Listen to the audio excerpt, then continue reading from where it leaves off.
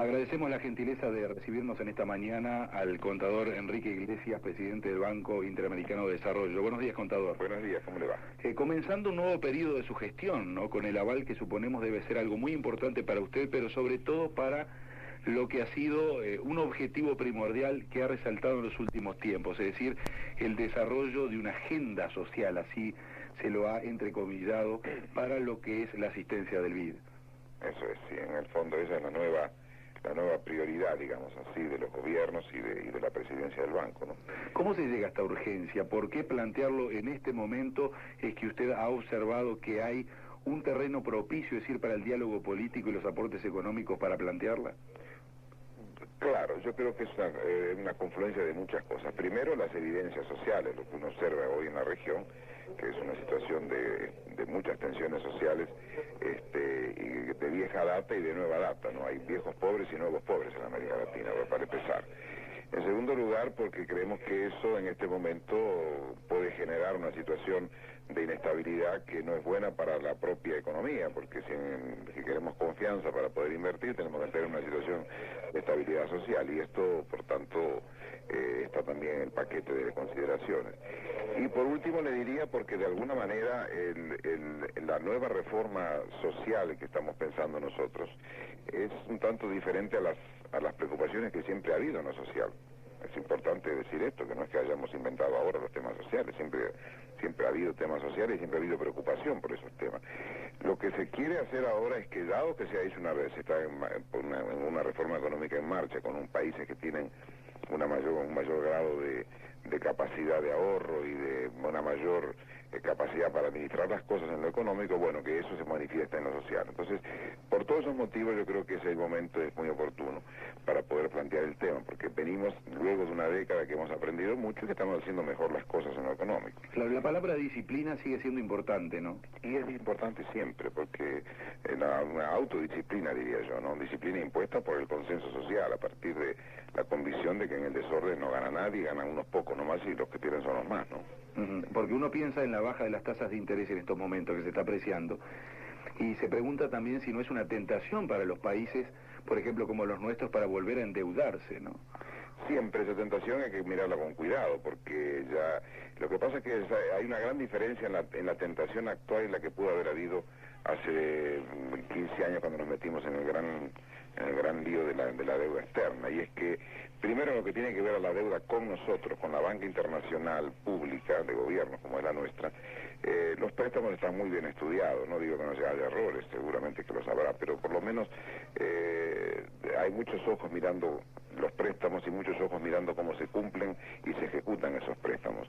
Yo en general te diría que nosotros dormimos tranquilos con respecto a cómo se usa la plata de este origen. Otra podrá tener otro tipo de consideraciones, pero esta en general va acompañada por muchos controles y muchos análisis previos y concomitantes a la ejecución del proyecto. De manera que es una deuda mucho más, yo diría, con mucha más seguridad de que pueda dar sus frutos para poder ser pagada, ¿no? Que ese es el tema.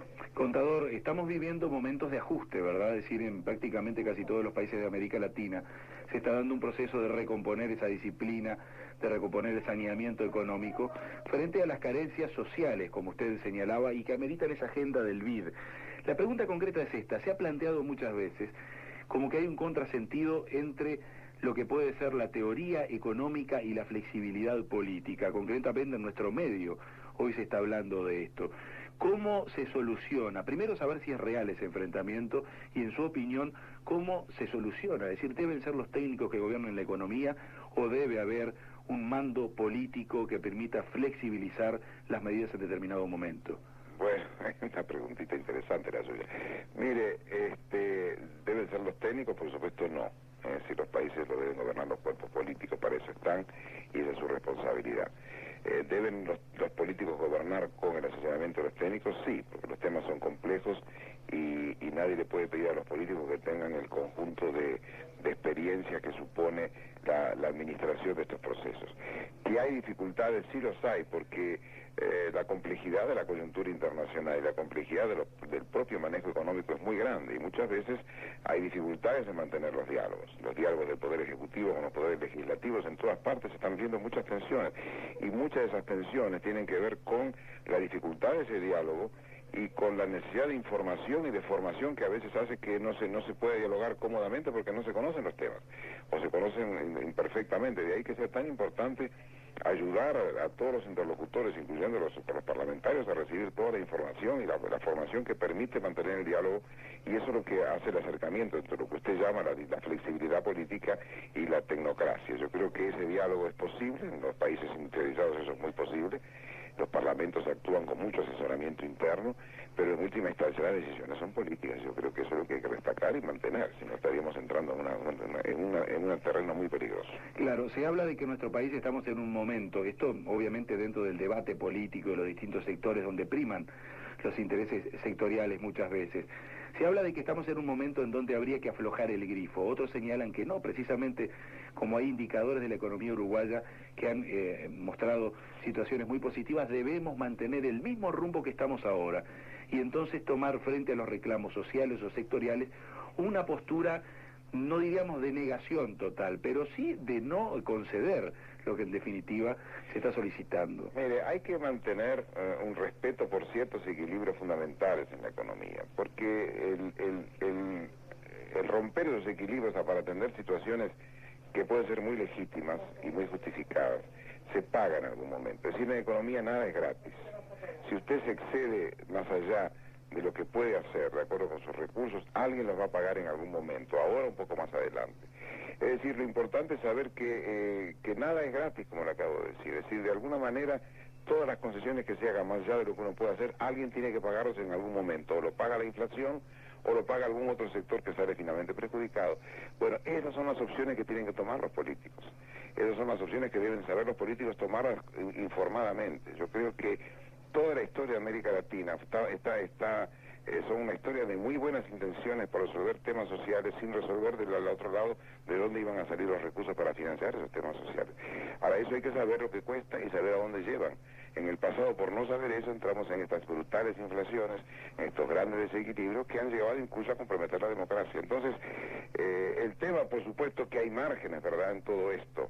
Es decir, uno puede tener ciertos márgenes de opciones, ciertas flexibilidades, pero no caigamos en el error de creer que todo el tema significa conceder y hacer flexibilizar las cosas, porque a la larga terminamos en lo que ya sabemos, la inflación, y en definitiva esa inflación la terminan pagando los sectores populares, que eso es lo importante que se diga, ¿no? Claro, contador, en nuestro medio el sector exportador está planteando su preocupación desde hace mucho tiempo.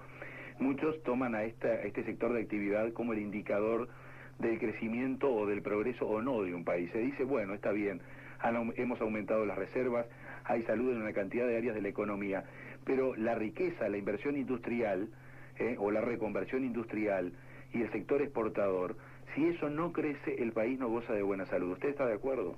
Sí, yo no le puedo entrar en muchos detalles porque no estoy siguiendo puntualmente las cosas y por lo tanto sería un poco irresponsable que yo entrara a darle respuesta demasiado precisa. Pero si usted lo que me dice, perdón, es que quiere, si usted me dice que el tema exportador es importante, pero claro, es decir, de alguna manera estos países necesitan importar y para poder importar tienen que exportar, y es en ese juego que por último se da el crecimiento económico y la solución a los temas sociales, de manera que sí, ¿no?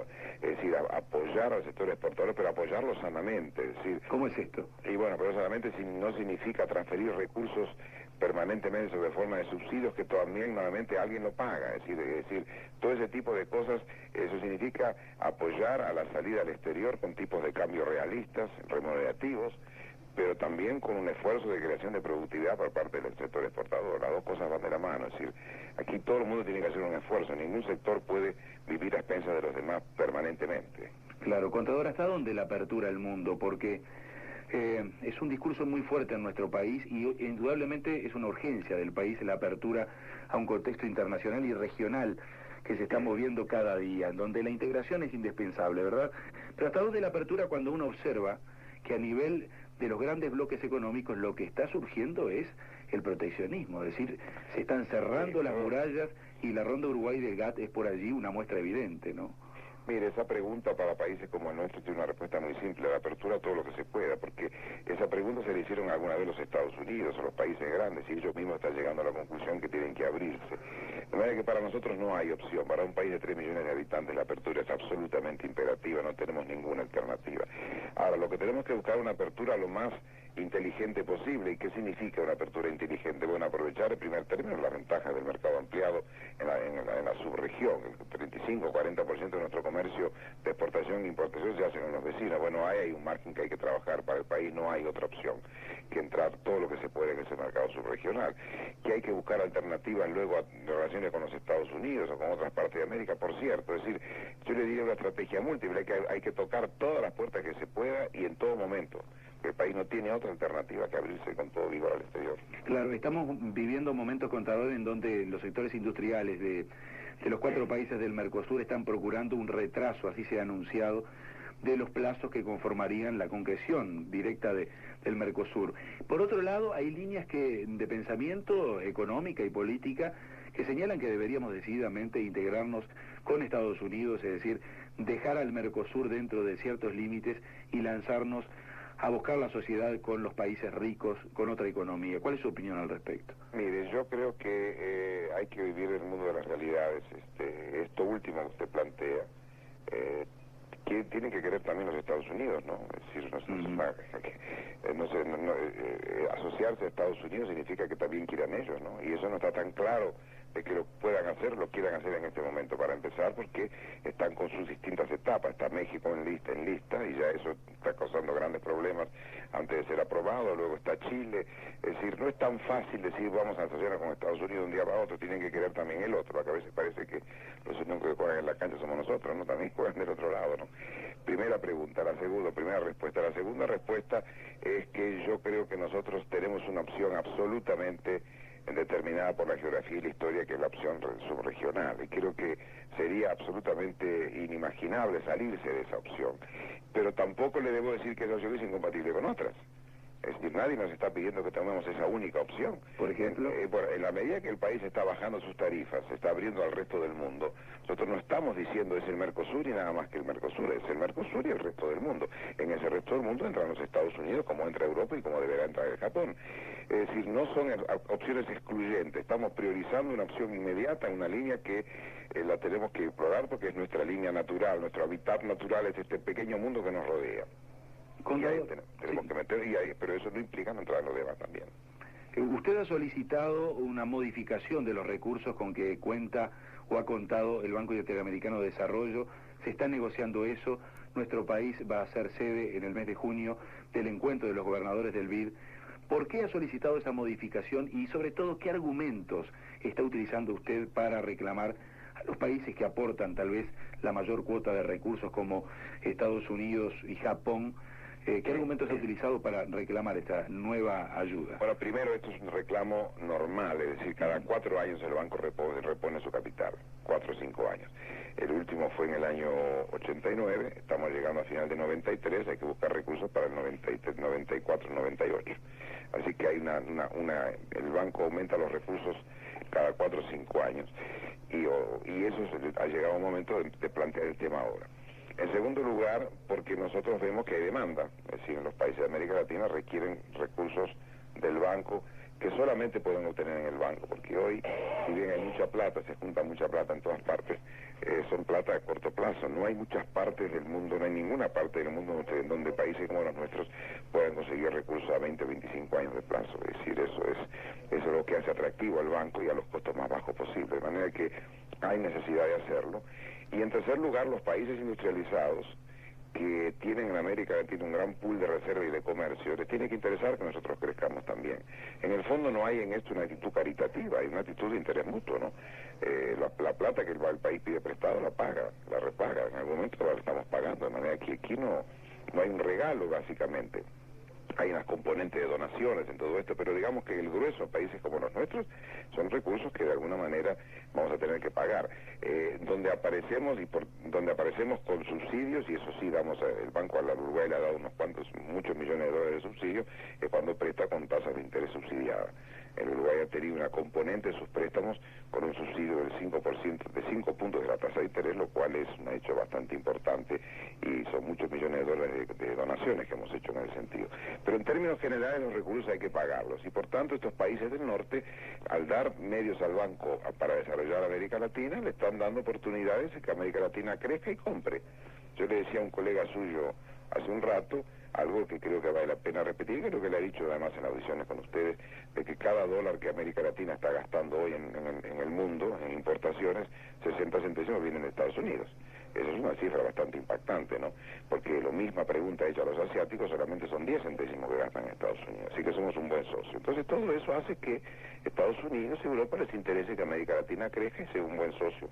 Y de ahí que el banco sea un instrumento para eso. Entonces no es un instrumento de la caridad, es un instrumento del interés recíproco. Y es lo que yo quisiera que quedara bien claro. Y en la reunión ahora de junio, se van a reunir los 46 gobiernos del banco, van a seguir analizando cuánto...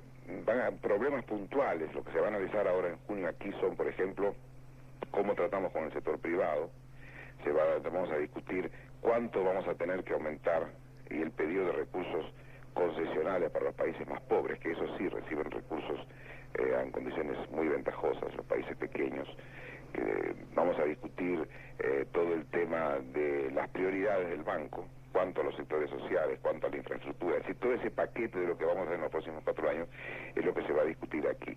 No se va a cerrar acá porque los temas son complejos y sobre todo por un tema bastante operacional, y es que la administración americana todavía está empezando a formar opinión y no creo yo que todavía en el mes de junio tenga respuesta a todas estas preguntas, pero vamos a hacer un buen avance, creo yo. Claro, ¿qué impresión tiene usted de la gestión Clinton?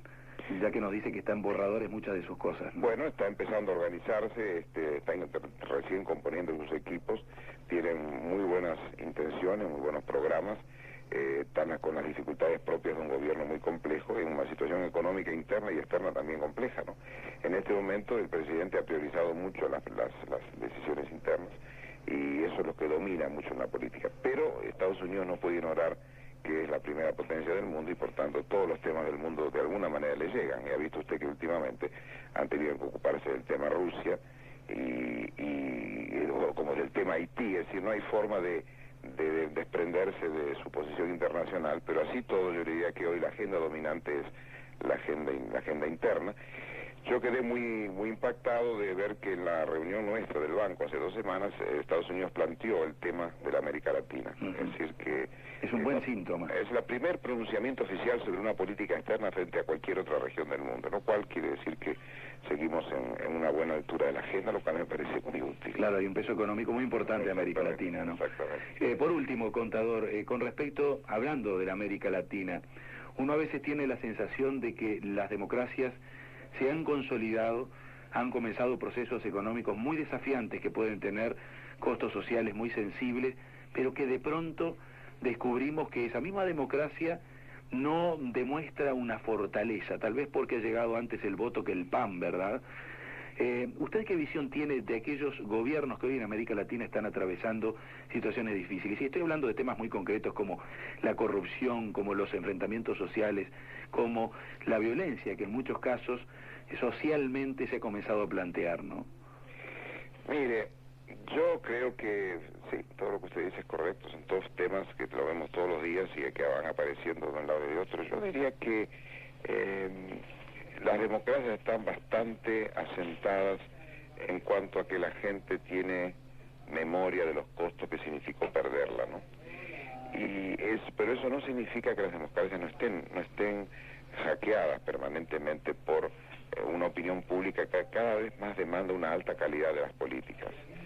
Es decir, los años que van a venir son años donde tenemos que ser conscientes de que esa opinión pública está muy consciente de la necesidad de pedir a los sectores públicos, como digo, mucha transparencia, mucha honestidad, mucha forma de compartir los costos. Es decir, la gente entiende la austeridad, lo que no entiende es la injusticia, cómo se distribuye esa austeridad. Claro, sobre todo cuando no se ve el horizonte, no se ve el final de ese esfuerzo, ¿no? La gente quiere comprar futuro y espera confiada si sabe que tiene futuro. Entonces, todo eso forma parte de un paquete que es muy difícil. Eso no lo pueden administrar los técnicos solos, eso lo tienen que administrar los políticos, que son los únicos que tienen que ser los intérpretes un poco de esas ansiedades y encaminar las soluciones. Pero en términos generales yo creo que vamos a tener riesgos, siempre los hay, por eso que nosotros estamos entrando en temas anexos, estamos entrando en los temas como por ejemplo los temas de la justicia, que son temas que me parecen muy importantes hoy en América Latina y en el mundo entero, es decir, temas que tienen un poco la calidad del gobierno. Bueno, yo creo que sí, que vamos a tener todo eso, pero como le digo, es importante que la gente mantenga la buena memoria de lo que cuesta perder las libertades y que no las sacrifique a nada, pero al mismo tiempo que demande a los sectores políticos y a los sectores públicos cada vez más una mayor calidad en su gestión. Contador Enrique Iglesias, presidente del Banco Interamericano de Desarrollo, ha sido muy amable en recibirnos en estos minutos. Buen viaje y bueno, lo guardamos a su retorno a nuestro país con más tiempo. Ok, muchas gracias. Hasta muy pronto. Hasta pronto.